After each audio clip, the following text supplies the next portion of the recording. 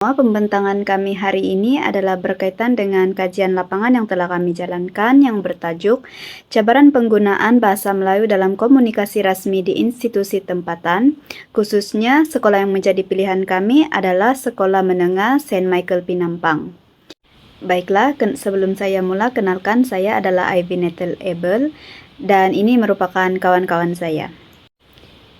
Baiklah, untuk pengenalan, bahasa Melayu bukan sahaja bahasa kebangsaan, malah merupakan asas kepada pembentukan identiti negara serta perpaduan masyarakat berbilang kaum di Malaysia. Kedudukannya diperkuatkan melalui Perkara 152 Perlembagaan Persekutuan. Selain dasar pendidikan yang menekankan penggunaannya dalam komunikasi rasmi, di sekolah bahasa Melayu sepatutnya digunakan secara konsisten dalam berbagai urusan profesional, termasuklah penulisan surat rasmi, laporan mesyuarat, arahan kerja, dan komunikasi antara guru, murid, dan pihak pengurusan. Namun begitu, realiti di lapangan menunjukkan bahwa penggunaan bahasa baku masih menghadapi beberapa cabaran. Antara faktor yang dikenal pasti ialah pengaruh penggunaan bahasa Inggris, kecenderungan warga sekolah menggunakan bahasa tidak formal kerana lebih mudah dan ketidaksamaan penguasaan laras bahasa baku dalam kalangan guru dan staf. Bagi memahami cabaran ini dengan lebih dekat, kajian ini dijalankan melalui temu bual dengan 2 orang guru bahasa Melayu di sekolah tersebut. Kajian ini bertujuan untuk melihat pengalaman sebenar guru dalam menyediakan dan mengendalikan urusan rasmi, serta menilai sejauh mana sikap budaya kerja dan pengaruh bahasa lain memberi kesan terhadap amalan bahasa Melayu dalam komunikasi formal. Berdasarkan daripada kajian lapangan yang telah kami lakukan di Sekolah ST Michael Pinampang, terdapat beberapa cabaran penggunaan bahasa Melayu rasmi di sekolah tersebut. Antaranya ialah penggunaan laras bahasa Melayu rasmi secara tepat. Hasil temu bual bersama dengan 2 orang rakan guru bahasa Melayu tersebut mendapati cabaran yang mereka hadapi ialah memastikan ketepatan penggunaan laras bahasa rasmi adalah bersesuaian dengan kehendak sekolah. Hal ini dikatakan demikian karena dalam konteks sekolah, guru sering menghasilkan dokumen yang perlu mematuhi standard pentadbiran sesebuah sekolah tersebut seperti laporan disiplin, surat kepada ibu bapa dan juga dokumentasi mesyuarat. Maka, tanggungjawab ini memerlukan guru meneliti setiap aspek seperti tata bahasa, istilah formal dan format penulisan supaya ia dapat diselaraskan dengan gaya bahasa rasmi bagi sektor awam seperti sekolah. Cabaran lain yang dihadapi oleh kedua-dua guru bahasa Melayu tersebut semasa menggunakan bahasa rasmi di sekolah ialah penggunaan bahasa Melayu rasmi yang tidak konsisten dalam konteks tertentu. Dalam mesyuarat contohnya, guru memulakan laporan dengan menggunakan bahasa rasmi, tetapi kembali menggunakan bahasa santai semasa sesi perbincangan. Peralihan antara 2 laras bahasa ini menyebabkan penggunaan bahasa Melayu rasmi tidak konsisten sepanjang interaksi bersama dengan rakan sekerja mereka. Ini menyukarkan mereka untuk menggunakan bahasa rasmi semasa berada di sekolah. Cabaran terakhir yang dikongsikan oleh kedua-dua guru bahasa Melayu tersebut ialah pengaruh bahasa Inggris adalah lebih tinggi berbanding bahasa Melayu. Ini menyebabkan sikap warga sekolah lebih cenderung menggunakan bahasa Inggris berbanding bahasa Melayu. Ini menyukarkan guru-guru tersebut menggunakan bahasa Melayu rasmi. Ini mencerminkan realiti sekolah pada masa kini, terutamanya di sekolah bandar yang banyak mengendalikan urusan pentadbiran menggunakan bahasa Inggris. Misalnya, komunikasi melalui email, data akademik atau perbincangan profesional bersama dengan rakan kerja yang lain. Guru cenderung menggunakan istilah bahasa Inggris seperti meeting, report, atau assessment kerana dianggap lebih cepat dan mudah difahami. Hal ini menyebabkan sikap ini mewujudkan jurang antara dasar yang menuntut penggunaan bahasa Melayu sebagai bahasa rasmi semasa berada di sekolah. Baiklah, seterusnya saya akan melanjutkan kepada analisis berdasarkan teori linguistik. Baiklah, pertama sekali adalah teori domain bahasa yang diperkenalkan oleh Fishman pada tahun 1972. Jadi di sini, menurut Fishman, setiap domain sosial atau institusi mempunyai bahasa yang sepatutnya digunakan secara konsisten mengikut fungsi domain tersebut. Dalam konteks sekolah, bahasa Melayu baku nih, dia seharusnya menjadi bahasa utama dalam komunikasi profesional dan pentadbiran.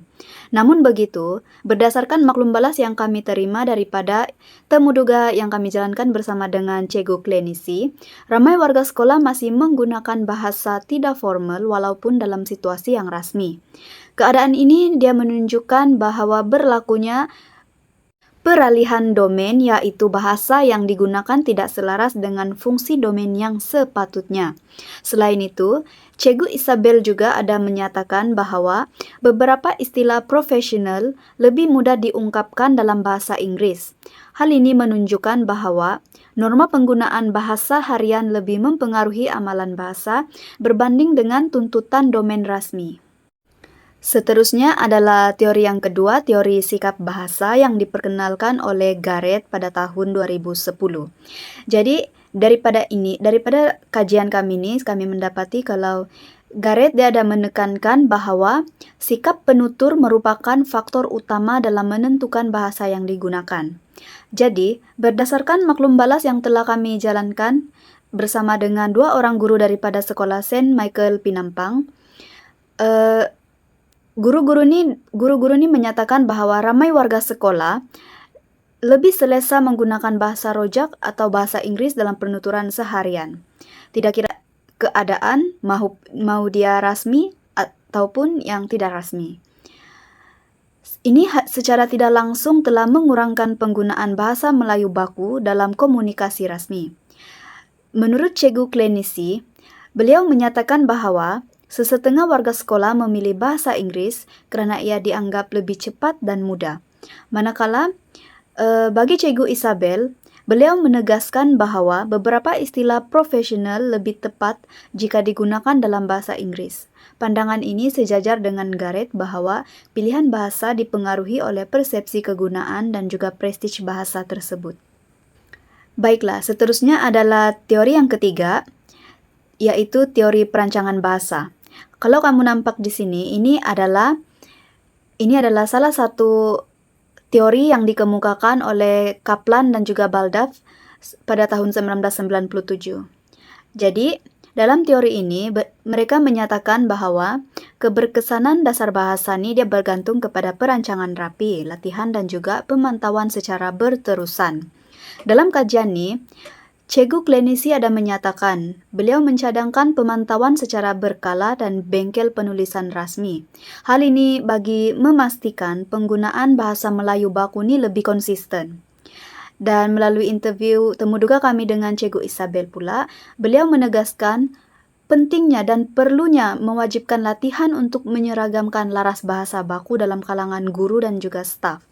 Situasi ini dia membuktikan bahwa dasar bahasa tidak akan berkesan tanpa tindakan lanjutan, selaras dengan teori perancangan bahasa.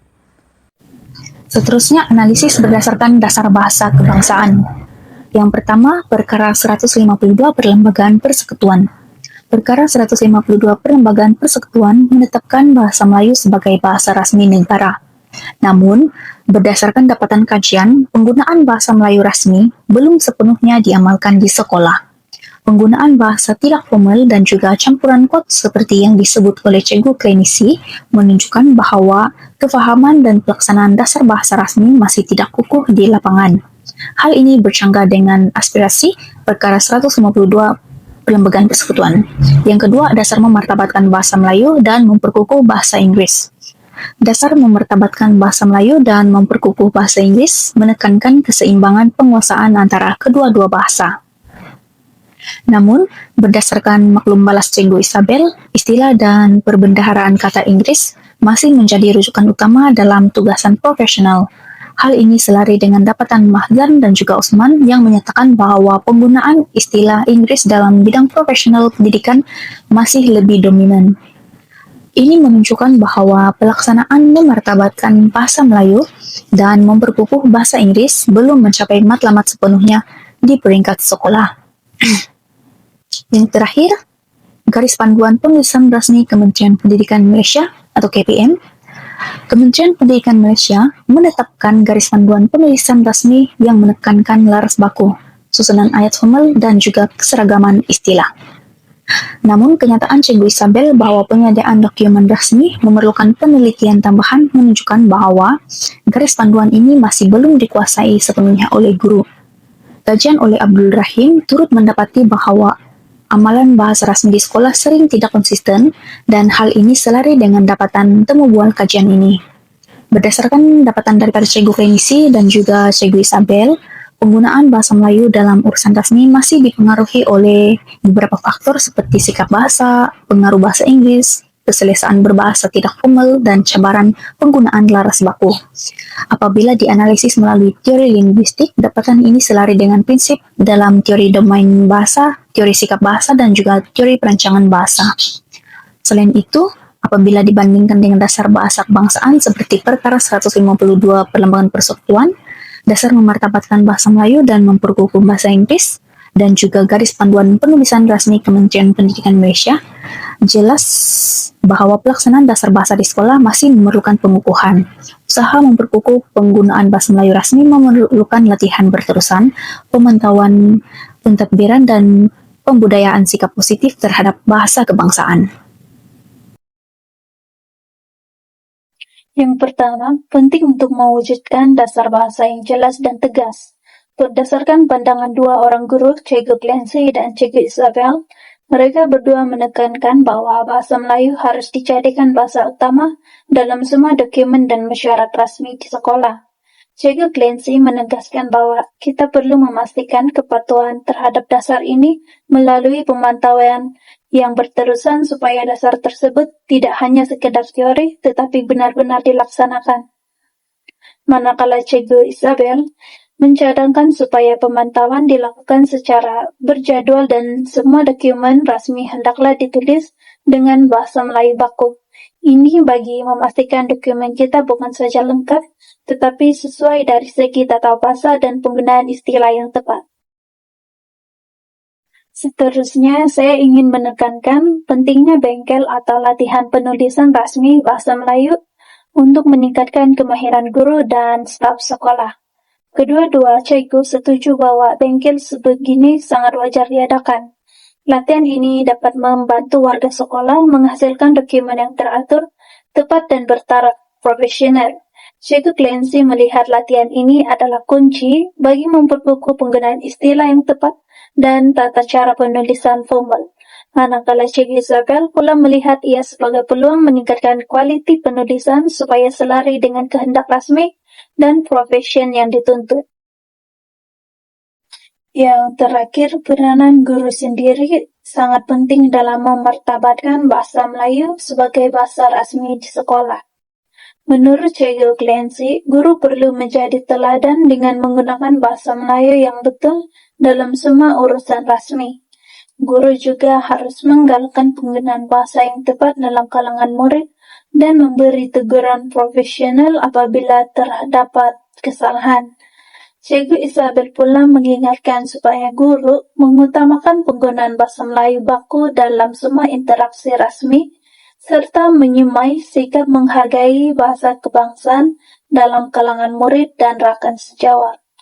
Ini akan mewujudkan budaya penggunaan bahasa Melayu yang teguh dan berterusan dalam sekolah.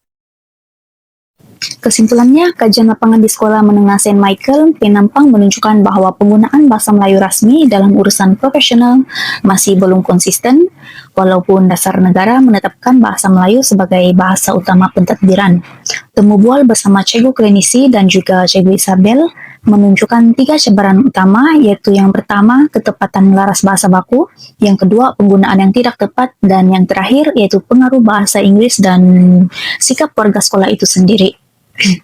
Keadaan ini selari dengan teori domain bahasa yang menjelaskan peralihan bahasa mengikut keselesaan penutur dan teori sikap bahasa yang menerangkan kecenderungan warga sekolah memilih bahasa yang lebih cepat dan praktikal.